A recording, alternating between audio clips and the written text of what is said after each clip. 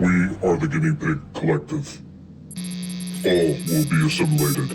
Resistance is futile. Welcome back with me, Dark Helmet, the Transformer and Sci-Fi Pig, as we are getting ready to look at Kingdom War for Cybertron Warpath figure.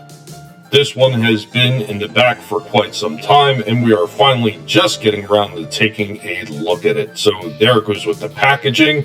Let's go ahead and get it out of the box and take a look.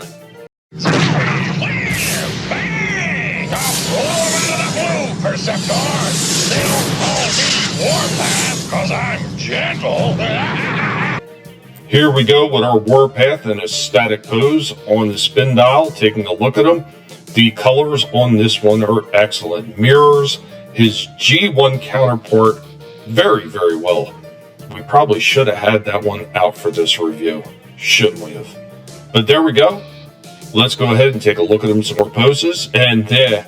I was fooling you. There goes that G1 right next to him, and you can see that they match the colors on it perfectly. This one feels very much like the G1, while also capturing some of the elements that we've seen in the Sunbow cartoon. I love what they have done with this one so far. There is not a ton of hollow spaces in it either. This one looks pretty solid overall. So let's go ahead and get him in some more poses.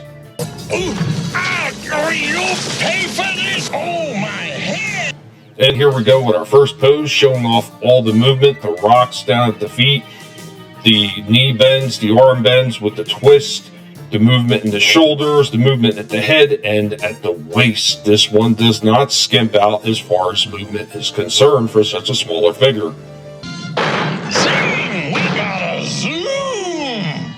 Here's another pose. He comes with a secondary piece that's part of his tank form that can act as a shield. Guess I just, boom, ruined his day. And here we go with another one with his turret extended, just like the original toy had. Very well done. I'm appreciating this. Zap! How big a path you want? Bam! And here we go, finally, in his tank form. This tank form looks really good. The only thing I would say is it does look like the turret kind of sits up a little bit more than it should. It looks like it should go down flatter, but it just doesn't. But overall, it looks damn good. A little bit of a departure from the original one, but you got movement right there in the top of the turret, as well as the barrel itself that moves up as well. Very well done. I love the way that this one looks. So let's go ahead and compare it next to the G1 version. Very similar. Of course, the original one was very narrow, especially for a tank. I think they captured it fairly well. It looks very good. And here we go with his final pose, and we're going to run down our final thoughts on this Warpath figure from the War for Cybertron Kingdom line. Overall, this one is really good. There are a few points in the transformation that are a bit of a pain in the ass to be able to pull off, but overall, this thing looks great. Everything that you would hope that would be included with this Warpath figure is there. Tons of articulation. There's one joint that's a little bit on the sloppy side. It shouldn't happen brand new out in the packaging, even though it's been sitting in the back for a while, and this is a little bit of an older figure. This is the first time that this thing was out of the box.